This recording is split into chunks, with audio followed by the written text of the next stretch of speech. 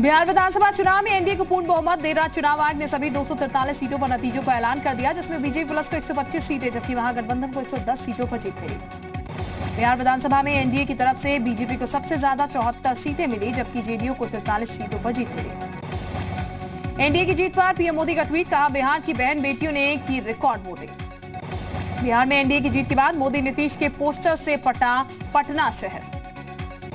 बिहार चुनाव में आरजेडी ने सबसे ज्यादा सीटों पर जीत दर्ज की। महागठबंधन की तरफ से आरजेडी को 75 जबकि कांग्रेस को 19 सीटें मिली। चिराग पासवान की लोक जनशक्ति पार्टी को बिहार चुनाव में सिर्फ एक सीट ही मिल सकी। बिहार चुनाव में कई दिग्गजों को हार का सामना करना पड़ा। नीतीश सरकार के 3 मंत्री भी हारे।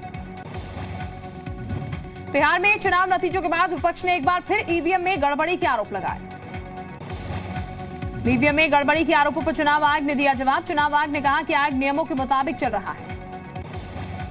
11 राज्यों के 59 विधानसभा सीटों पर हुए उपचुनाव में भी बीजेपी ने बढ़त हासिल की। मध्य प्रदेश की 19 सीटों पर बीजेपी की जीत।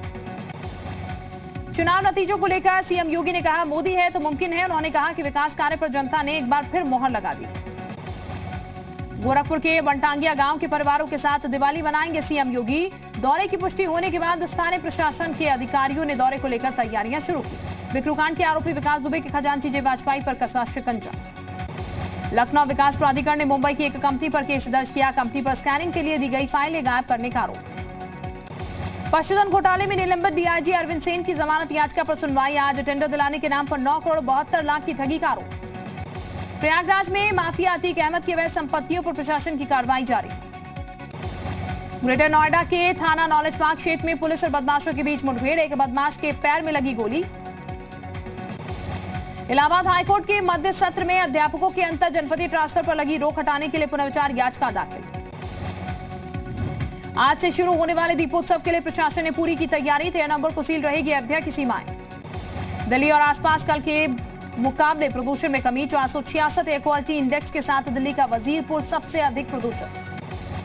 लखनऊ में एनएचएआई की सड़क पर धूल बढ़ने पर उत्तर प्रदेश प्रदूषण नियंत्रण बोर्ड ने कारण बताओ नोटिस जारी किया। यूपी में तेजी से रिकवरी कर रहे हैं कोरोना के मरीज। अब यूपी में रिकवरी रेट 94%। अमेरिका में कोरोना संक्रमण का नया रिकॉर्ड। पहली बार एक दिन में 2 लाख से अधिक मामले।